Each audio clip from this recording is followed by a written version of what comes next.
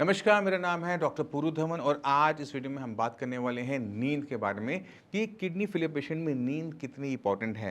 क्योंकि अब जो पेशेंट आ रहे हैं, अभी जो मैंने लास्ट अपनी ओपीडी देखी उसमें मैंने नोटिस किया है कि बहुत सारे पेशेंट की नींद बहुत कम है। 2 घंटे सोते हैं, 3 घंटे सोते हैं।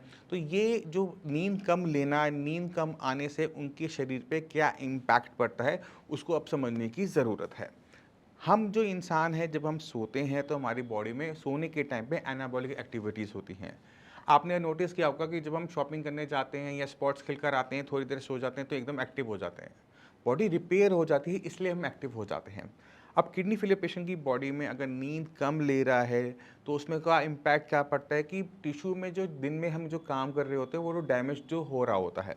बट अगर रात को नींद पूरी नहीं है तो पूरा रिपेयर नहीं हो पाता, जिसकी वजह से हमारी जो भूख है वो कम होनी शुरू हो जाती है, बॉडी में पेन होना शुरू हो जाता है, गैस एसिडिटी की दिक्कत होनी शुरू हो जाती है, बीपी हाई हो जाता है, शुगर हाई रहना शुरू कर देती है।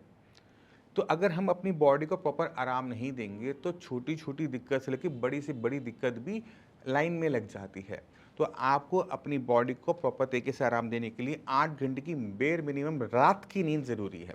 कुछ पेशेंट कहते हैं कि हम रात को तो 3 घंटे सोते हैं, हम बाकी 3 घंटे दिन में सो लेते हैं। ये नहीं चलेगा।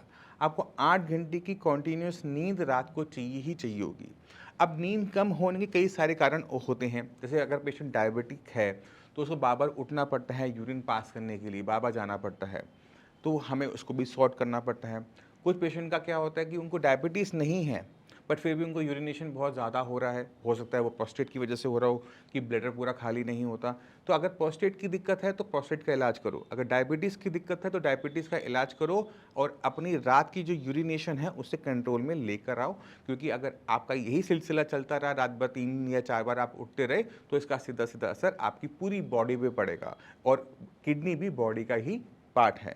अगर बॉडी खराब हो रही है तो किडनी खराब हो रही है, अगर बॉडी ठीक हो रही है तो किडनी भी रिपेयर लेती है। तो जब हम किडनी फेलियर पेशेंट की बॉडी के बारे में बात करते हैं, उसको हम ठीक करने के बारे में बात करते हैं, तो वो सिर्फ़ एक ऑर्गन नहीं होता, वो पूरी की पूरी बॉडी ही होती है। आपको पूरी बॉडी को ही अंडरस्टैंड करना पड़ता है। अगर आपका फ़ोकस सारा का सारा किडनी पे ही बना हुआ है कि किडनी को मैं किसी तरह से ठीक कर लूँ और आप अपनी बॉडी को कॉम्प्रोमाइज़ कर देते हो, वो वीक होती जा रही है, तो आप ये मान के चलो कि आपकी किडनी भी वीक होती चली जा रही है, क्योंकि जो आपकी बॉडी के पास ताकत है, वही ताकत आपकी किडनी के पास है। किडनी को कहीं अलग से ताकत नहीं मिलती है। तो आपने अपनी पूरी बॉडी का ध्यान रखना होता है, ना सिर्फ़ अपनी किडनीज़ का। आपकी बॉडी में एनर्जी है, विटामिन है, मिनरल्स हैं, पूरा है, तो आपकी किडनी अपने आप को रिपेयर कर पाएगी। अब आपके पास बॉडी में एनर्जी ही नहीं है, तो आप कैसे उम्मीद रख सकते हो कि आपकी किडनी थोड़ा-सा अच्छा काम कर जाएगी? अगर उसने 2-4 दिन अच्छा काम कर भी लिया, तो कब तक वो कर लेगी?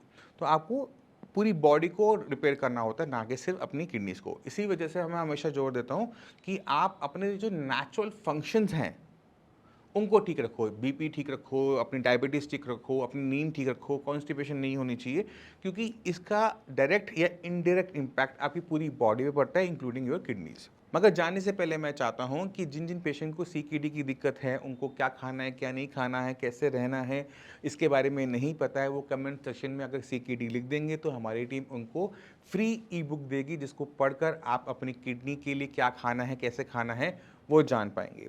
इसी के साथ आप सभी को चलने की आज्ञा चाहता हूँ। मिलते हैं अगली वीडियो में, तब तक के लिए नमस्कार।